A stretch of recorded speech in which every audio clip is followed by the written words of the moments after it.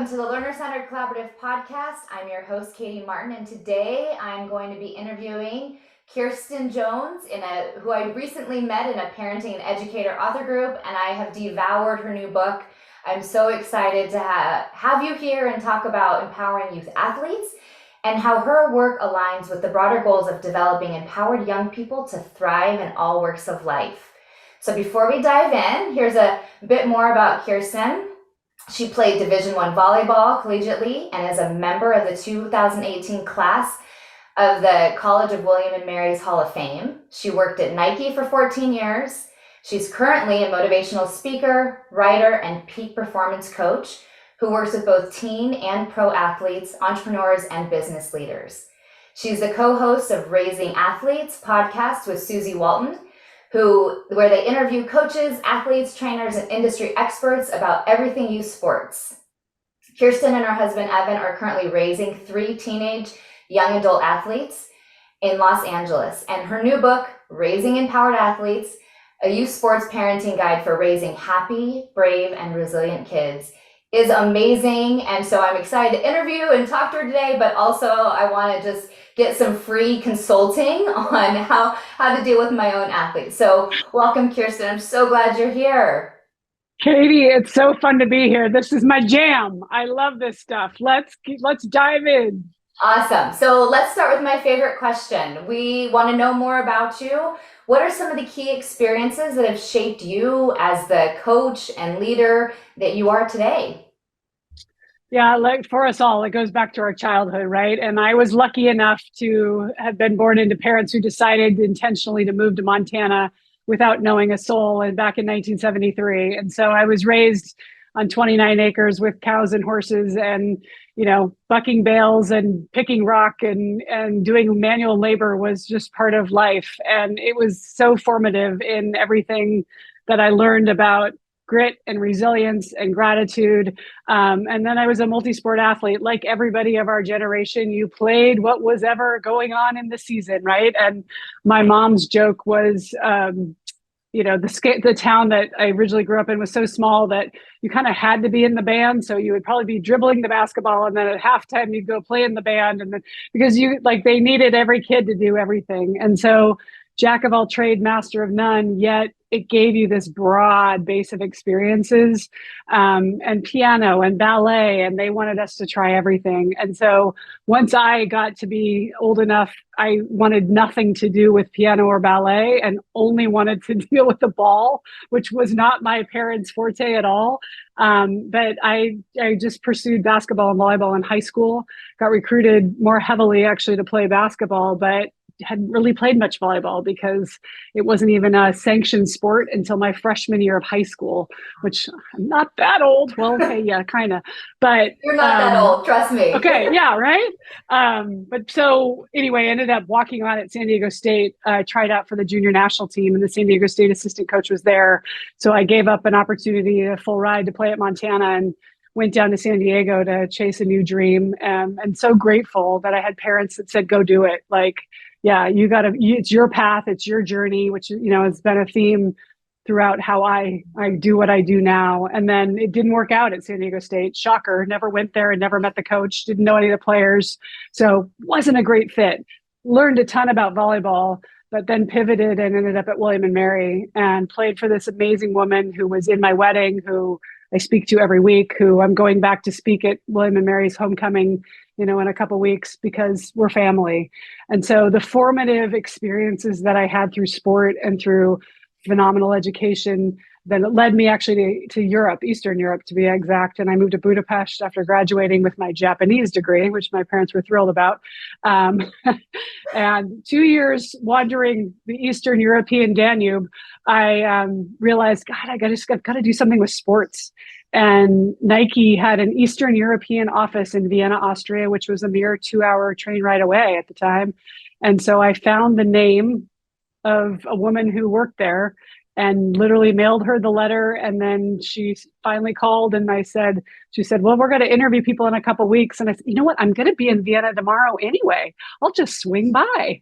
And she, jumped on the train, packed my bags and showed up on the doorstep. So, and it was such a blessing because I don't think I would have ever been able to walk through the front door in Beaverton because I didn't have any experience. And, back then nobody really cared that you played college sports, but coming in through that opportunity. And then I worked for Nike in Europe for 7 years, in Vienna, Stockholm, Amsterdam, and then ultimately at world headquarters. And along the way, married the cute guy that I picked up in the bar from Eugene, Oregon, of all places. And we both worked for Nike for almost 15 years. So it was a very, very fun journey. So cool. I love well, first, we're both from Montana, which is totally cool. I loved learning about that in your book.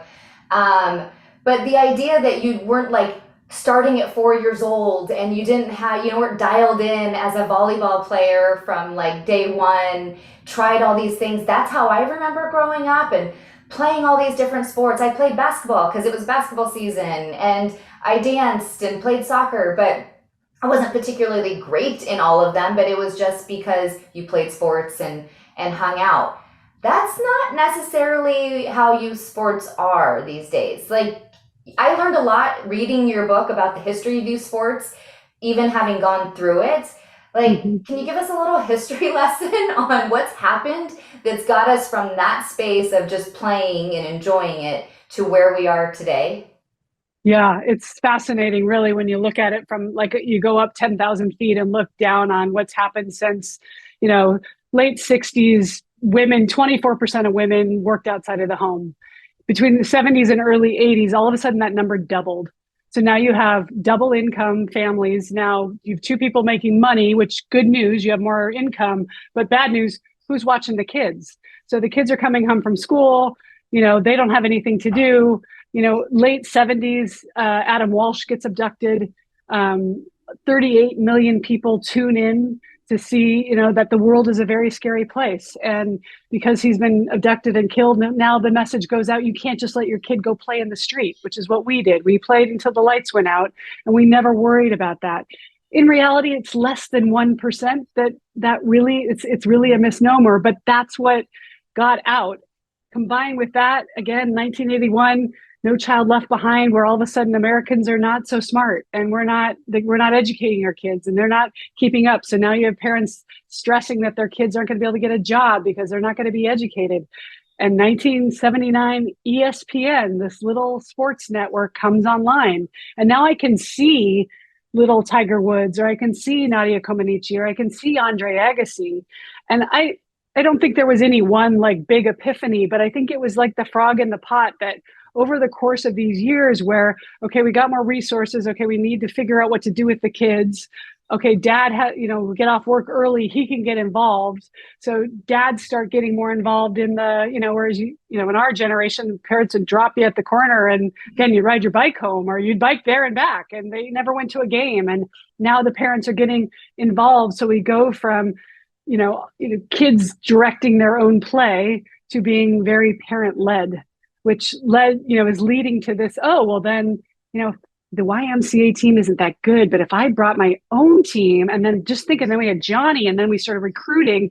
And so all of a sudden there's this groundswell of we need to do more and we need to be better and we need to win, and the parents are involved and we've got more money.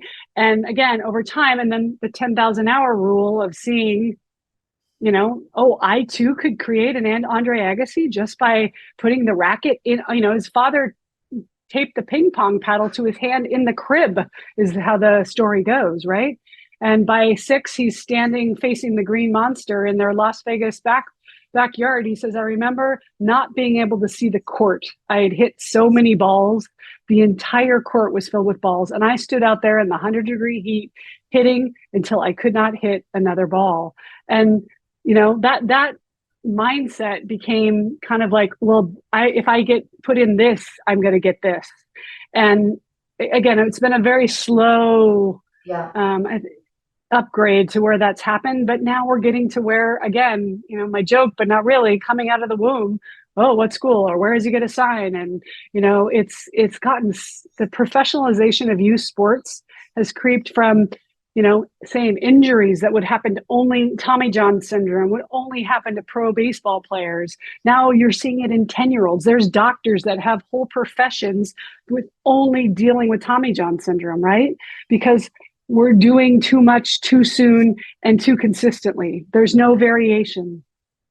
So, I mean, that is hearing it and reading it, it just feels like, what have we done when we, and then you hear parents of our age, right? Gen Xers and like, back in the day, we used to play until the street light came on and we had all this freedom and we turned out great. And yet we are still so micromanaging, helicopter-ish in, not only youth sports, we see it in schools. Are you taking all the AP classes? So we, in the broader context, we are more aggressive in our kids playing sports and the extra training and the extra courses and the highest level competition, while simultaneously ensuring that they're taking the highest level courses, they're getting tutoring, they're prepared to go to the best colleges.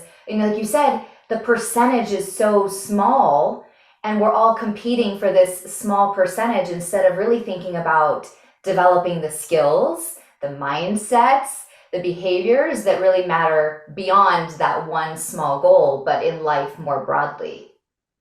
Yeah, and it's happened, as you said, across everything. And I reference it in the book too, which is the college cheating scandal is all about that, right? It's about how it's the parenting ego that has gotten so out of whack because what I put on my bumper sticker, what school my kid is going to, what team we're on, what podium we're on is a reflection of me. Right. And that's not true. Whether your kid wins the trophy or is on the bottom, has nothing to do with how you parent or whether you're a good parent or not. Right. But that I feel is like the big messed up message that we have received as adults. And so we feel this FOMO. Well, they're doing it. Well, they're going to, Sweden this summer. They must be better parents because their kid's playing travel at 8 and I'm not doing that yet. Right. And you feel, again, this missing out of, and what if my kid doesn't do well on the AP? And I've been in discussions with parents, mostly women, but parents where like in the course of 5 minutes, you have the kid like unemployed, living under the bridge. And like, and you're like, were we talking about rec soccer? Like it just goes, and if we don't do this and we don't make this team and they don't get into that school, and then, you're so far ahead of yourself and the kids feel it. They feel it. And like you talk about, is it your dream or is it theirs? And I think that that's so much in life. Like, are we giving them the space to figure out what they love, what they enjoy, and what they really want to do, instead of being, I need to please my mom or I need to please my dad. That was something I really reflected on, reading the book and thinking like, gosh, I hope, and that's my dream, is that I'm letting them lead. But it's certainly worth thinking about in our approach, like how we're creating the space for them to do the work rather than please us. And when they're young parents, if you got young kids, try everything, sample everything. And again, you sign up for one season of, soccer and they cry halfway through the season. Okay, we're just going to finish the season and we're done and we can go try something else. And it's not like we're not doing anything else. We're going to pick something else. Right. But we don't have to like stick it out for 5 or 6 years.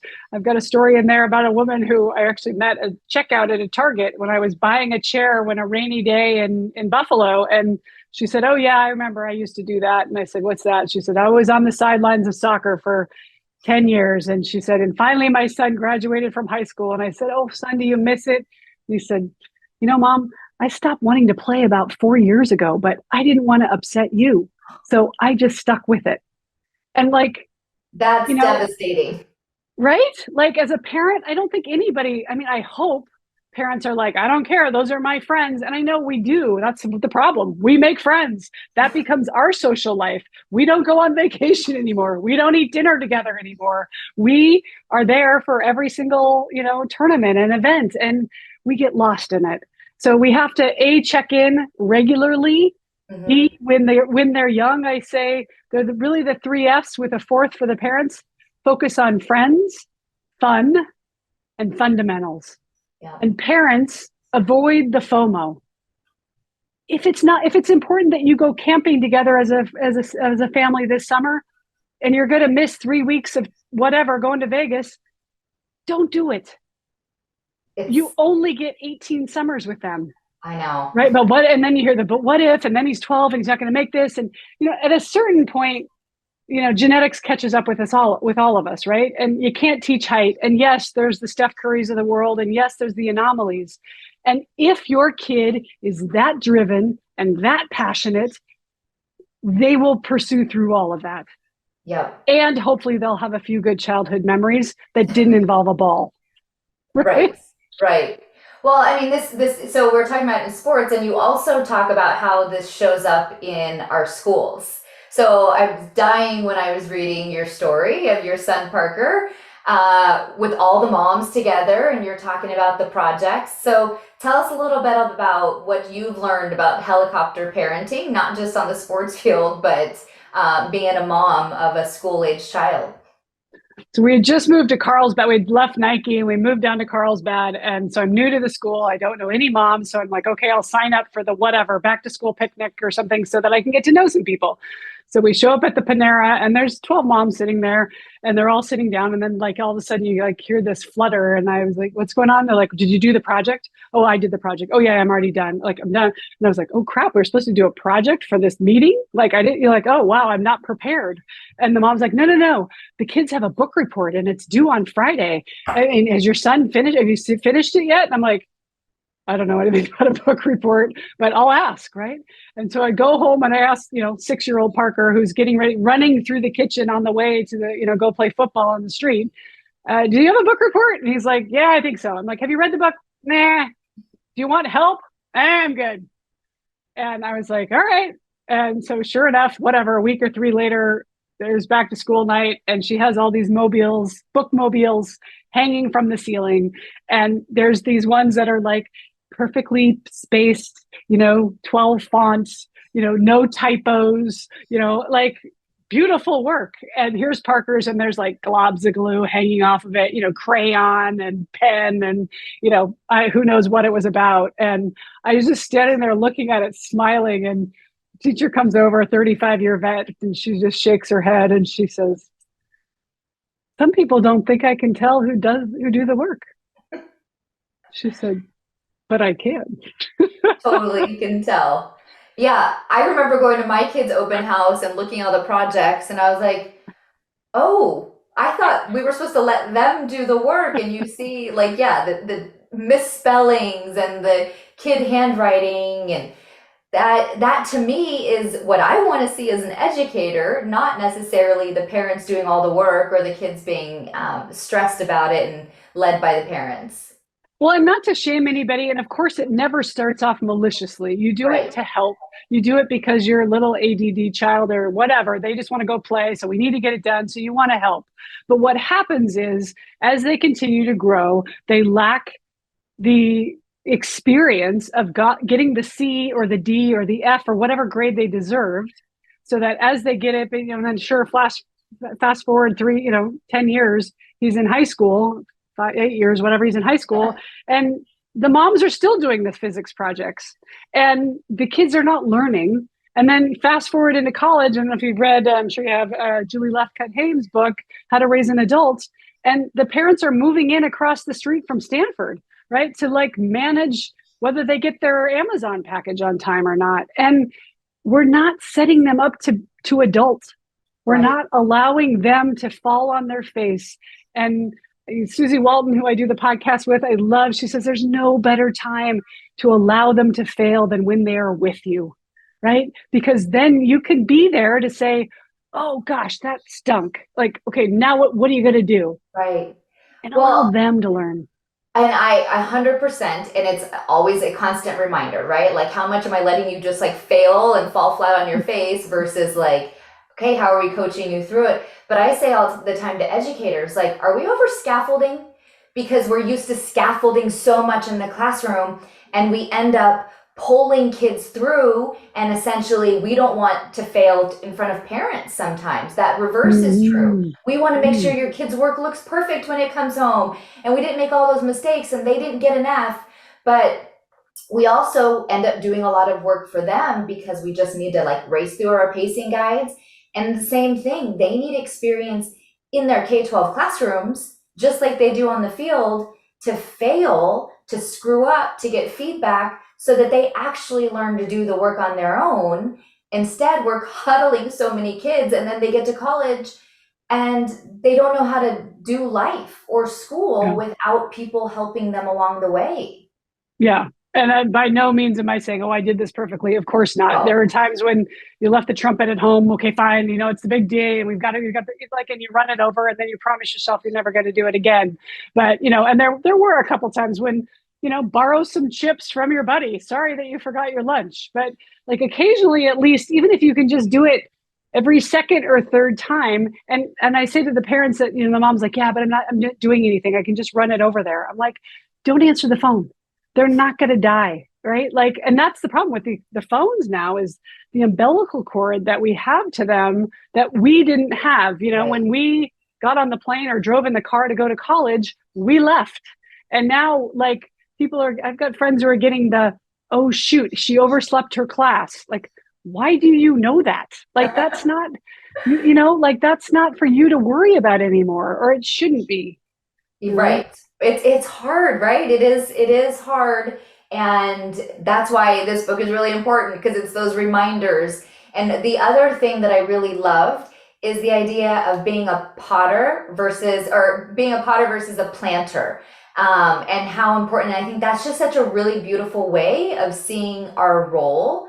So what are some examples of how we can be a potter and not a planter?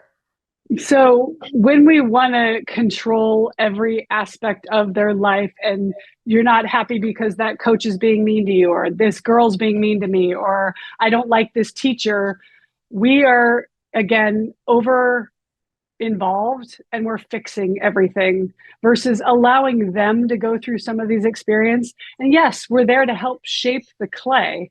But when you are directing how the clay goes with every single step, it doesn't allow for creativity, and it doesn't allow for, make a few ashtrays, like allow the thing to go wrong a few times. And it's hard, and I get it. And there's nothing about this whole parenting gig that's easy. And the bigger they get, the harder the problems and the more complicated it gets. But when we allow them to, whatever the issue is. My two boys were really into basketball early, and they were always the best player, one of the top players on the team. It was very easy for me to be on the sidelines. Oh, too bad the team lost. But, my son played. My daughter didn't, because she didn't play volleyball until she was 14, which in LA is, she might as well be a grandma. So she wasn't getting playing time. So she's sitting on the bench. And here I was, a former player, like, oh my gosh, it was so hard to be on the bench. It was so hard for me to watch her struggle. And you just want to fix it for them. One time I literally went out and walked, the perimeter of the parking lot during the whole match, because she was the only player. In fact, she reminded me the other night, we were talking about it. We were actually at a tournament in Kansas City. This is like 4 years ago. And half the team booked flights too early. So everybody on the team got to leave, or had to leave, except for like 8 players. And the coach subbed in one of the girls who was like half the size of my daughter to play front row, and didn't even sub her in. She's like, okay, here I thought was my big opportunity. Half the team is gone. I'm going to get a chance. And the coach was like, nope, not on you. I'm going to bring in the little 5-foot girl to play, right? Like those moments as a parent where you're like, oh, this just guts you to see them not. And the only thing I can say to myself and the coaching to parents is, as much as it doesn't feel like a lesson that's going to serve, it is. And we humans evolve and grow so much when we go through something that doesn't go our way, because either you have a choice. I can either fix it, find a way to get better at it, learn from it, or I can opt out and complain. And I teach growth mindset. And okay, so what are you going to do about this? Does that mean you need to do, more workouts? You need to go, what do you have control over? And we spend so much time as parents hijacking their power that they don't feel like they have any power. And they need to be intrinsically driven and have the autonomy to know, I've got this. Yeah. I think that is the really important point. when we do so much for young people, we feel like it makes us feel better. We've gotten them across. But I love that you said that. We hijack their power. And if we really want to build empowered young people who can navigate their life, we have to let them struggle, figure things out, and develop those skills. And you talk about growth mindset, which again, and it's, throughout education, growth mindset, there's posters everywhere, you can do it. And yet our practices rarely allow young people to even fail, to figure it out. You missed a test and you failed, or you got to do this test in 2 minutes. And, we don't give them those chances to figure it out and to learn how to navigate those struggles. And so, so important. And so parents, usually the question that comes out of that is like, so how do I do that? What does that mean? And that's the third section of the book where I talk about our own mindset. And it's, you can either be the thermostat or the thermometer. So either you're responding to everything, it's 105, it's 55, it's 102, you're responding to everything that happens to you, or you set the temperature at 72 and it goes up to 74 and it goes down to 68. And I'm not saying life just gets to be like this. Of course it doesn't. Adversity happens, things change. But when you are regulating your own space, I set my intention in the morning of how I'm going to show up. I'm meditating, I'm journaling, I'm exercising, I'm eating well, I'm sleeping well. My kids are getting 10 hours of sleep. Then not if, but when the forgotten lunch, or when the coach doesn't play, or when, whatever happens, it's not I'm going to take care of this, but rather wow, that's got cut off in traffic again. You actually can watch, and that's what I've had fun. The more I've been meditating now for maybe 6 or 7 years. And just 2 weeks ago, I'm moving my oldest. He just graduated undergrad and he's starting grad school about an hour from here. So we had spent the night with us and we're moving him in, and he got all the way. We literally are pulling up to the building and he's like, so you got my keys, right? And I was like, me? And what I loved most about that whole moment was I noticed how I felt. I was able to say, no, did you leave them? And then, well, what do you want to do? Because we're now 1 hour from home and you've got to get to class. But it's even more importantly than how you choose to respond, it's how you feel about how you choose to respond, right? So that we went on a trip to Ireland with my parents and the kids, and we drove from San Diego to LAX, which is my least favorite airport in the world. But we finally get there, we have the bags, we're ready to get on the plane. And I look at my daughter and she's wearing like 2 sizes too small slides from her soccer bag. And I said, please tell me you brought your shoes. And she said, nope. Like, we're going to Ireland in the middle of winter. It is 34 degrees. And I was like, said some choice things that did not respond well. And she just looked at me and I was like, can I do that again? I want to try that again. And I realized that's not going to help. Okay, we're going to figure this out. We're going to get on the plane to Ireland. I have 2 pairs of shoes. You can wear one of mine. I'll wear the other. And she was like, but they're not going to look good. I was like, well, you forgot your shoes, so you get to wear mine. But yeah, that moment of like, oh, I didn't like how I responded. Okay, let's try that again. And it made me think like, I don't want to start the vacation like this. I don't want to be in that space. But also, like, kudos to you because you didn't rescue. Oh, don't worry, we'll just go buy a new pair, right? Because then you let them off the hook, and then they're like, oh, well, and no lesson was learned. But the fact that you were like, okay, there's going to be some discomfort here because you're wearing mom's uncool shoes, right? But you might think about that the next time you're packing. Hopefully, it's gotten a little better. But yeah, there's certainly those moments. So speaking of my children, I told you I wanted to use this as like my own coaching too. So there's this idea of like pressure versus support. And so we talked about like, I played all these sports and I was not great, but I played them all. And my kids both early on decided they wanted to play soccer. So that's really what they wanted to do. And And I started wondering, like, are they missing out? Should I be like making them try all these other things? And so Abby started playing lacrosse, but my son said, no, I just want to be on a team where everyone's playing soccer and they want to play soccer year round.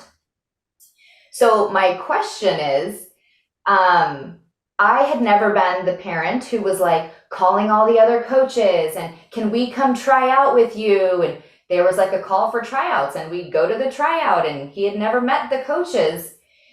And when I read your final chapter about like, you know, moving on to D1, which is not necessarily the goal, but like those are things parents do to navigate.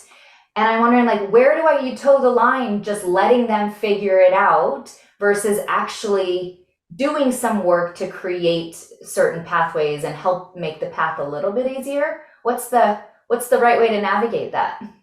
Great question. Of course, as with anything in parenting, there is no, magic wand. But given if your son is happy, what I love is if he's happy, like, hey, we're showing up to a new club because that's who invited us and that's where we're going to play. How old is he now? 13.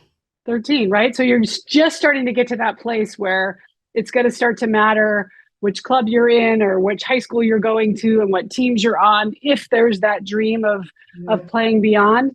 But below 13, that's wonderful that my oldest one was that way. He didn't want to play any other sports. He now at 23 admits that was I tried to get him to play volleyball, not because I wanted to be a volleyball player, but yes, you'll be a better athlete. If you added 2 inches to your jump, don't you think you'd like that in basketball? But that frontal lobe, too wide open, can't figure that out.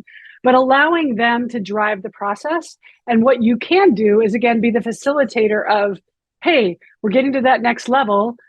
Where are your friends? Probably that's where he's going to want to know. Or what are you hearing from different clubs? Let's treat this like a research project. Like, where would you think you would have the best fit? And then it starts coming down to which team. Are you on the A's or the B's? Are you on the 1s or the 2s? And that's a whole discussion, an hour-long conversation in and of itself. But I like to say, go where you're wanted, and whatever team that is too. And I've seen a lot of kids be on a 2s team and ultimately, or even a 3s team, and ultimately it's a tortoise and the hare. And these parents that have this idea that I got to be on the 1s, we're going to move clubs if we're not on the 1s. It's about the coach, how engaged the coach is. If you're on a roster of 18 kids and 9 play, it doesn't matter what the team is called, and it's a waste of money because you're not going to get any better standing on the sidelines. But if you're on a roster of 11 and everybody plays and you get tons of experience on and off the court or the field and in practice, he's got to develop.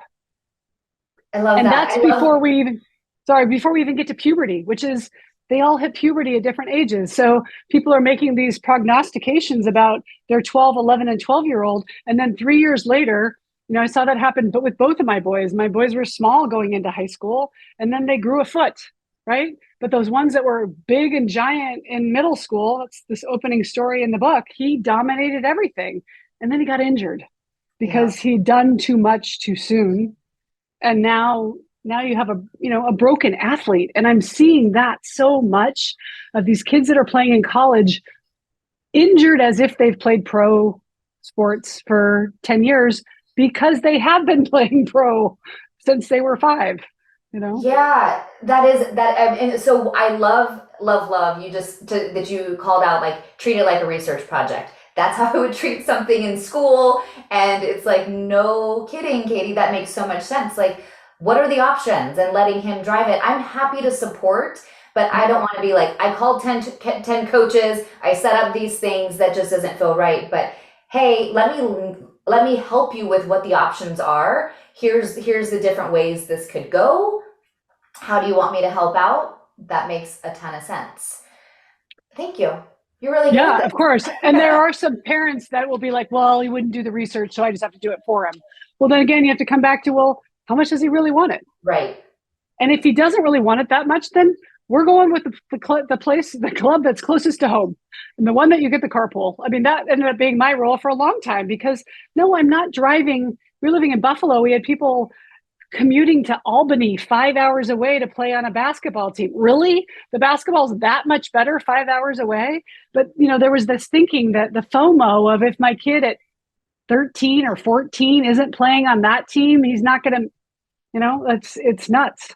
Right. Well, same. So Abby, my daughter, she's now a freshman and she has moved into becoming the goalie in the last couple years, which has been fun to see. But we always played at the club close to home. We had great club. They were winning. They were having fun. And she decided last year, after like taking 6 months off of not playing for various reasons, because most of the kids were in high school and they had to take a break. But she said, I want to switch clubs. We were like, what? And she came and said she wanted to switch, and she's been playing. And now she's all of a sudden like, I want more training. I want to go this. I want to go the extra practice. Can you take me? I'm like, wow. Like, she's kind of just been like, it's really fun to see her in that space, but we've kind of just like let her take ownership of it. And I had no expectation that that was going to be the case, but it's really fun to see. Well, it's psychology 101, really, when you look at it. And again, we're in that parenting, we're like drinking through the fire hose and I got to fix this. But if you think about it from just a practical psychology standpoint, when somebody, and you think about even back to the way you're a parent, my mom was in the bedroom with the vacuum at 8 a.m. every Saturday morning, right? Like, get up, it's time to clean. And you'd be like, and forcing you to do it. And you're just like, the hair on the back of your neck stands up and you're just like, out of principle, I don't want to do this, right? But when somebody says, hey, gosh, what are you interested in? What would you like? How would you like to drive it? And you back off and say, gosh, it's up to you. It's your journey. Oh, you mean I need to take care of it? And my daughter, who's now a senior in high school, this trainer asked her to come work out. And he calls me the other day. He's like, okay, so I'm going to put you and the other two moms on a group chat so we can figure out times. I'm like, do not put me on that chat. I am not on that chat. Put my daughter on that chat because that has nothing to do with me. It's her schedule. She'll manage it. AMI not only not needed, but it's empowering them, right? And allowing them to drive their destiny. And if she doesn't want it, then fine. We're out. But, and that means you won't have to navigate her schedule when she's a freshman in college. She can figure it out. Exactly. And he was like, oh, wow. He goes, I like that. He goes, that doesn't happen very often. And then Kylie comes to me. She's like, yeah, I'm on a group chat with 3 moms. It's like, good. Right. Welcome to adulting. Yeah. I know. And we get so used to what's common, right? What everyone else does. And we think we have to do it. And sometimes when I am not, choosing to step back or whatever it is, and I feel like, oh my gosh, am I not setting them up for success? Am I not doing enough? And I have to constantly say, no, they're taking ownership and I'm proud of the kids they are, but it is hard when you're faced with everybody else. And you're going to have setbacks. And, again, it's not going to go perfectly and they're not going to make that team. And had I moved, you can sit there and Monday morning quarterback all you want. And there's plenty of people that do. Well, had we stayed with that club, we would have been happier because we would have been with that, and I love the correlation, and I always correlate it to education because I've never been the mom that we don't like the math teacher. We need to get out of that class. And I remember we had just moved to LA and I was new to this middle school and I met this new mom and I didn't really know her. And she was like, oh, that math teacher's awful. My older son, he was so far behind by the time he got to high school, you've got to get out of his class. And I'm thinking, I've never in my life done this with 3 kids and been doing this for 12 years at the time. And I went in and I made an appointment and, 25 steps later, like, I'm so sorry. And the woman's like, no, I get it. You're not the only one to complain. And so I move him to the other classroom. And then sure enough, fast forward at the end of the year, Parker says to me, I really wish I would have had that other teacher because he's really hard and he really pushes you. But I think I would have learned a lot more. And I was like, why, your instinct is good to not and if it's a hard teacher and you have to, again, that's life. Right. That's going to happen with a professor. That's going to happen with your boss. That's going to happen in your relationships. We can't expect every single thing to go swimmingly. Right. It's and even like you said, let them lead. So if Parker would have come and said, Mom, I'm struggling, I need help, how do we navigate this situation? Very different than I'm going to move classes for you. But we're presented with those all the time. And I think it's just a good reminder to approach it like a research project. Think about what it is, think about the options, and being that coach, that guide is so much more important than being the one to take the lead.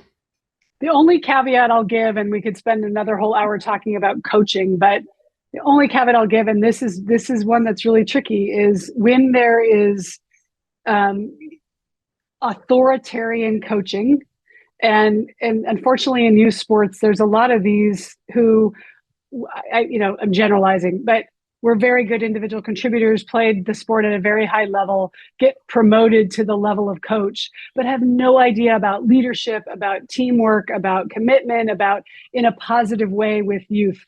And what you get are these kids that, play until they're the ones that aren't the star. The coach is playing favorites. The coach is belittling and demeaning and demoralizing the ones that aren't.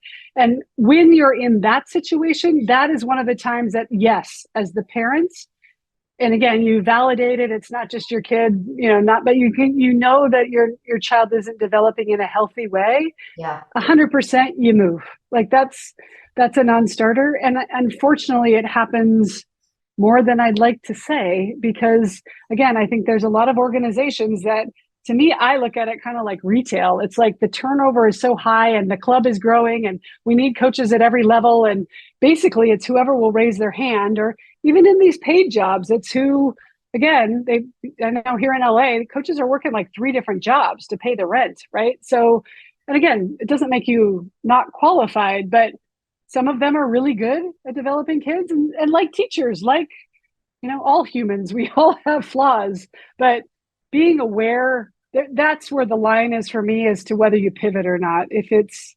if they're not developing in a healthy way.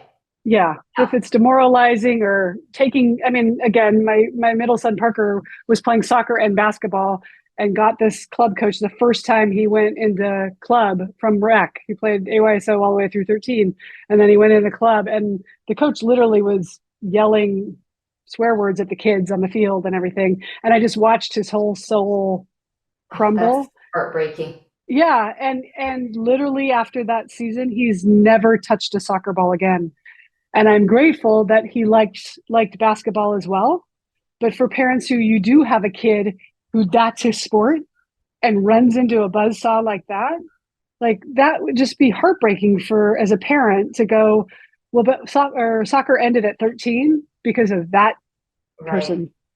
Well, I think that that's important, right? We're talking as parents and in sports, but as coaches, also as educators, and that role, how important it is to build young people up, right? We talk about like having them do the work is important, letting them struggle and letting them fail. But the flip side of that is also creating a space where they feel safe to fail. They're not demoralized, and you're coaching them, you're guiding them along the way. And I think those are when we see the best coaches, the best educators, and as parents, so grateful for those people who have been in my kids' lives and been able to lift them up and teach them amazing skills.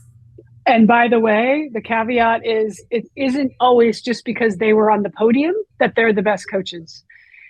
A lot of the times the team wasn't that great, but what the kid learned throughout the season, because they believed in each of the children. And I have the John Wooden philosophy, right? Even if you're the Z kid on the team, if you move them up to the X or the T, and it's easy to take the C and move them to an A. Like they're naturally talented. They've got the hard work. That's going to happen on its own. And these coaches that rest their, oh, I'm so great. We won everything. And I made my 3-star players, look really good. Right. No, coaching is about bringing high tides raise all boats. Yes. Yeah. And like you said, growth, that's something that we don't value enough, right? Like, have you grown from where you were to that next step? And those coaches, those educators who can really grow people from wherever they are invaluable. Progress over perfection.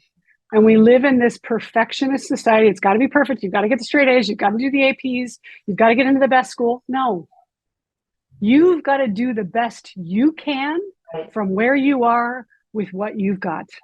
Well, and we see even when the best schools, right? Like you said, it's the same with Division 1 athletes, same with kids who have the highest GPAs. There's only a select number of spots, and that's not even the best place for everybody, right? It's where is the best place for you, where you can thrive and grow.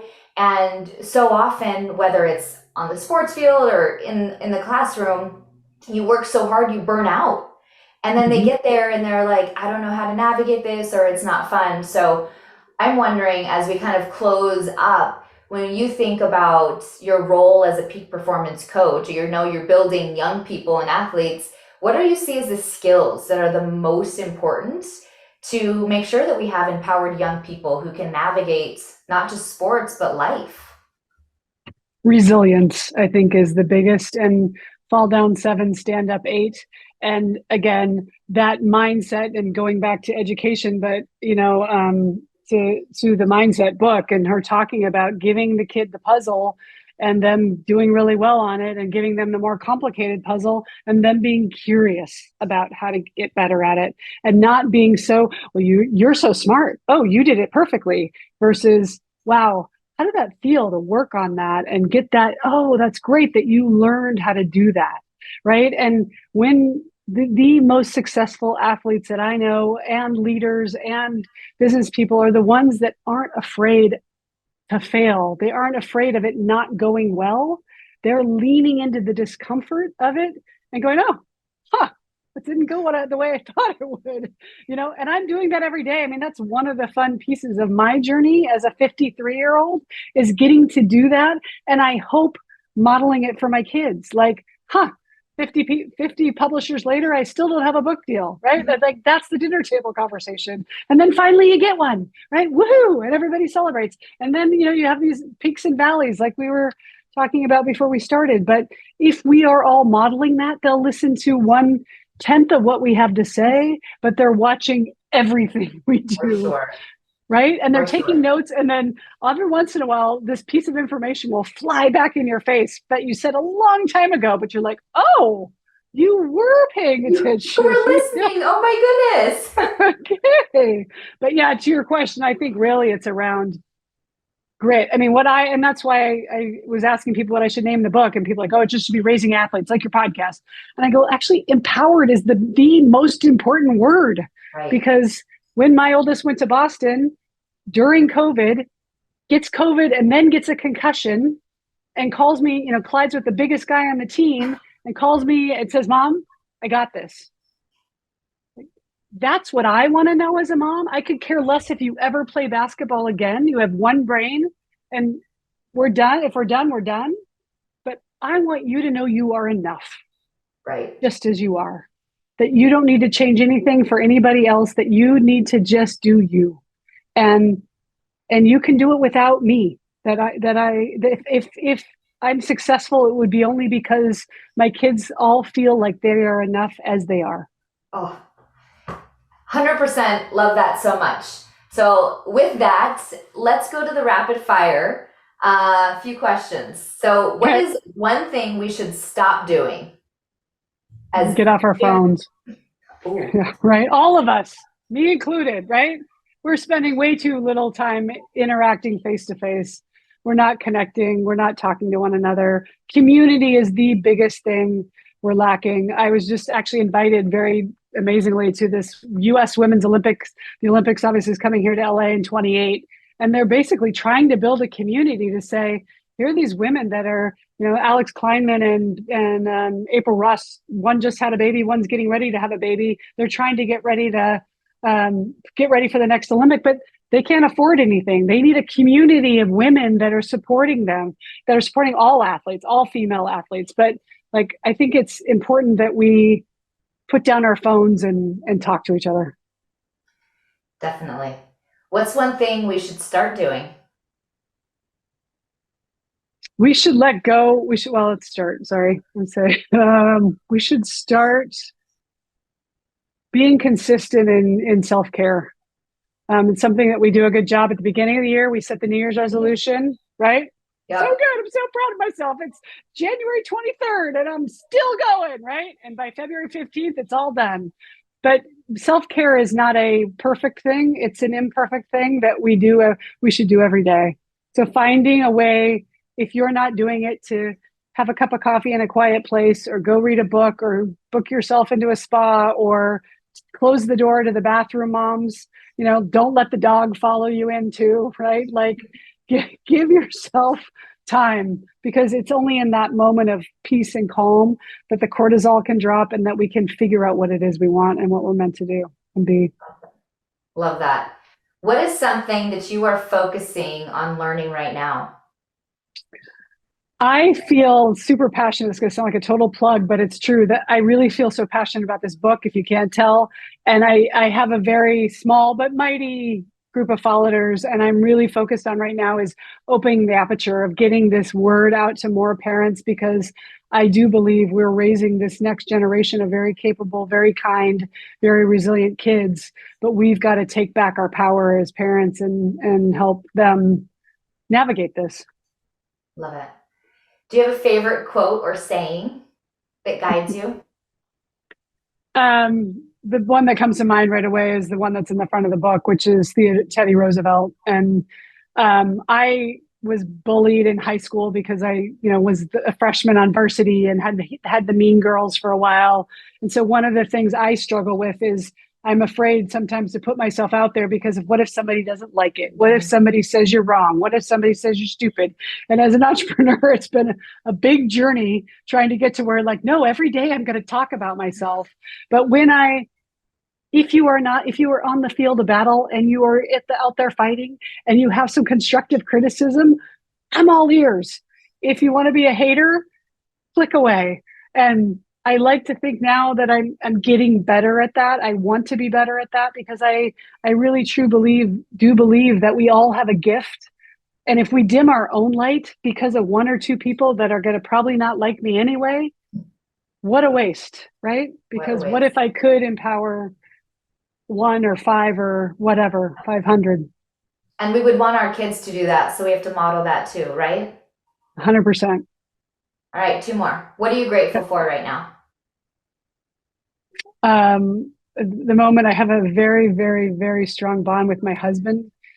We just did an anniversary up in Santa Barbara for 2 nights, and it was the first time we've ever gone away, because I randomly, all 3 kids were out of the house, and it's so important to have, I believe, to have that connection and anchor, because that sets the tone. If you're lucky enough to have a partner that will weather every storm with you, and we've gone through some firings and having to move, and and some, again, rough patches with kids and all of that. And I'm very, very grateful for him. He's my best friend. He's my hero. He's my partner. And I met him in an Irish pub 29 years ago. Who would have thunk that would have worked out?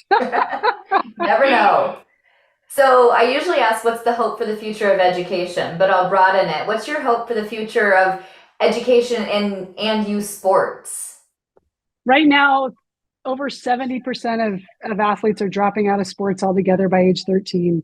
We have lack of access to it, where everything is pay to play. We've gone away from rec. People are saying, I want to play rec. I can't even find it, right? So that's one of the pieces of the Olympic movement, is them actually funding, or trying to bring in funding to help rec sports. We need to open that field of play for everybody and allow more people to participate, not because we need a medal, not because we're going to the Olympics, but because we're trying to raise kids who have less anxiety, are off their phone, are connecting, are giving back, are grateful for every opportunity they get.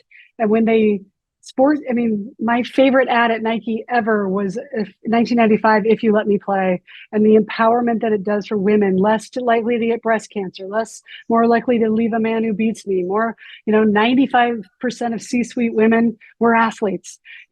There's something about doing sport and moving your body that's so far beyond, not the level, but about how I feel about who I am and my value. I love it. This has been amazing, and definitely pick up Raising Empowered Athletes. It's an awesome book. Thank you, Kirsten. Many more opportunities and episodes to come of conversation. Thank you, Katie. It was great to be here.